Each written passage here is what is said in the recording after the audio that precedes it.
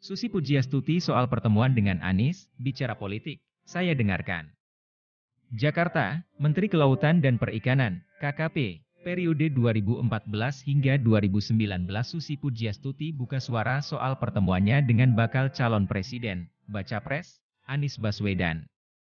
Susi menyebut banyak hal yang dibahas, salah satunya terkait kegiatannya membuat minyak kemiri.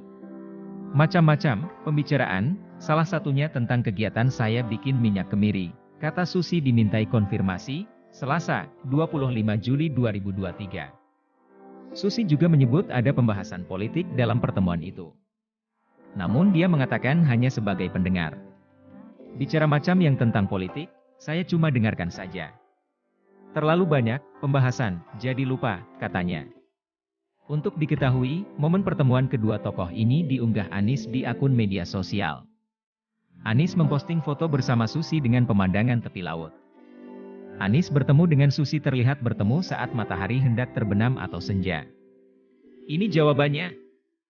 Buat yang mau titip salam, taruh di komentar ya.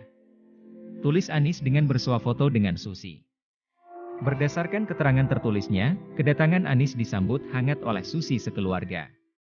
Anies, yang memakai setelah kemeja plus rompi biru, langsung disambut oleh Susi, yang saat itu mengenakan setelan bercorak bunga yang penuh warna. Apa kabar, sapa Anies.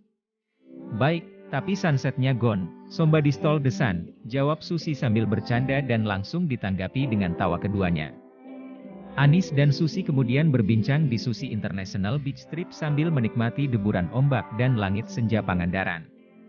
Keduanya juga menikmati air kelapa muda. Sebelum bertemu Susi di Pangandaran, Anies tiba di kota Banjar, menggunakan transportasi kereta api Argo Wilis dari Yogyakarta. Rencananya Anies akan bermalam di kediaman menteri yang terkenal dengan jargon, tenggelamkan, tersebut. AHY soal demokrasi RI, banyak yang takut bicara. Sleman, CNN Indonesia, Ketua Umum Partai Demokrat Agus Harimurti Yudhoyono, AHY, menyebut ada kemunduran dalam demokrasi di Indonesia. Salah satu bentuk kemunduran yang dimaksud adalah kebebasan berbicara. Freedom is not free.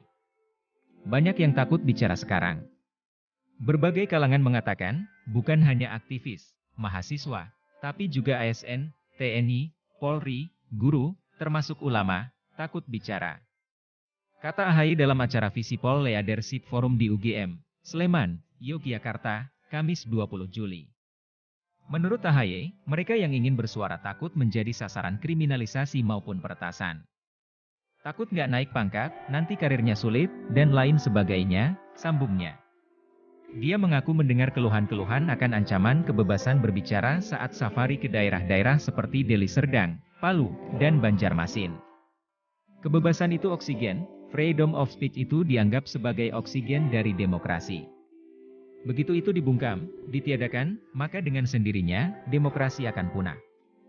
Disinilah kita harus mengembalikan situasi agar tidak ada lagi yang takut untuk bicara di negeri sendiri. Kalau bukan kita yang memberikan kritik, masukan, aspirasi, dan harapan, siapa lagi, ungkapnya. Berkaca pada survei indikator, AHY menyebut 62,9% masyarakat di berbagai daerah sebagai responden mengaku takut bicara kritis. AHY juga menyebut laporan dari Amnesty International tahun 2022 berjudul The Decline of Civil Liberties in Indonesia, merekam kejadian serangan digital maupun fisik berupa penangkapan